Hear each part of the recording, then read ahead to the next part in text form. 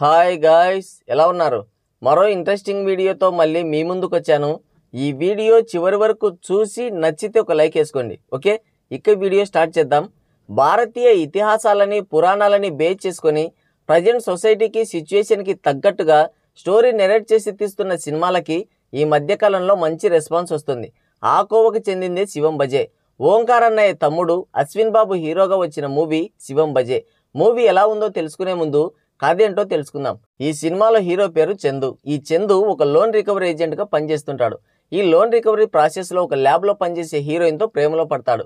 Loan recovery చేసే క్రమంలో కొందరితో గొడవకు దిగుతాడు చందు. ఆ గొడవలో చందుకి 2 కళ్ళు పోతాయి. అయితే సినిమాటిక్ లిబర్టీ అనేది ఒకటి తీసుకుంటారు కాబట్టి అదే టైంకి ఒక యాక్సిడెంట్ కేసు కళ్ళు చందుకి సెట్ చేస్తారు. ఆ కళ్ళు అమర్చిన దగ్గర నుంచి చందుకి ఏవేవో జ్ఞాపకాలు వస్తుంటాయి.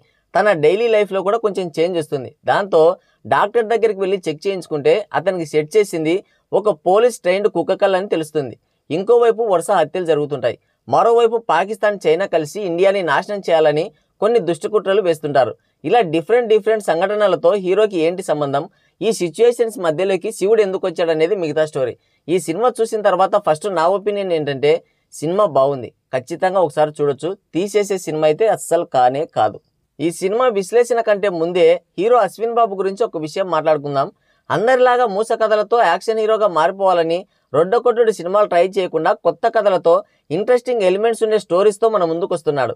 ఇది కూడా ఒక డిఫరెంట్ కైండ్ ఆఫ్ స్టోరీనే. ఫస్ట్ హాఫ్లో ఒక 30 మినిట్స్ వరకు చాలా ఓపిక ఉండాలి సినిమా చూసేటప్పుడు. ఇక తర్వాత నుంచి కథలో ట్విస్టులు, థ్రిల్లింగ్ ఎలిమెంట్స్ స్టార్ట్ అవుతాయి. ముఖ్యంగా ఇంటర్వెల్ నుంచి ఆడియన్స్ చాలా క్యూరియాసిటీతో థియేటర్లో కూర్చుంటారు. హీరో క్యారెక్టర్ని చాలా బాగా రాసుకున్నారు డైరెక్టర్. స్క్రీన్ ప్లే విషయంలో తడబాటు జరిగిన స్టోరీ పాయింట్ మాత్రం చాలా కొత్తది. సెకండ్ హాఫ్లో స్క్రీన్ ప్లే చాలా పర్ఫెక్ట్గా కుదిరింది. ఇక శివుడికి సంబంధించిన విజువల్స్ అయితే మైండ్ బ్లోయింగ్. మీరు నమ్ముతారో లేదో, నేను ట్రైలర్లో ఆ విజువల్స్ చూసే సినిమాకి వెళ్ళాను. నా నమ్మకం వమ్ము కాలేదు. శివతత్వాన్ని, శివుడి విజువల్స్ని చాలా బాగా చూపించాడు. అందుకు డైరెక్టర్కి 100కు 100 మార్కులు ఇచ్చేస్తున్నా. సాంగ్స్ యావరేజ్గా ఉన్నా కానీ సినిమాని లేపింది మాత్రం బ్యాక్గ్రౌండ్ స్కోర్ అయితే అద్దరగొట్టారు.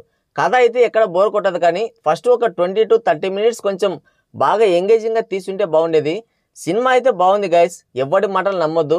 మీరు ఈ వీకెండ్లో ఉన్నంతలో ఒక మంచి సినిమాకి వెళ్ళాలంటే ఎలాంటి డౌట్ లేకుండా శివం బజేకి వెళ్ళండి. ఫస్ట్ ఒక 20 మినిట్స్ మాత్రం కాస్తంత ఓపిక్గా కూర్చోండి థియేటర్లో. సో గైస్, ఇది రివ్యూ. మీరు కనుక సినిమా చూసింటే మీ ఒపీనియన్ ఏంటో కింద కామెంట్ సెక్షన్లో కామెంట్ చేయండి. మరో ఇంట్రెస్టింగ్ వీడియోతో మళ్ళీ కలుద్దాం. Thank you, take care, bye bye.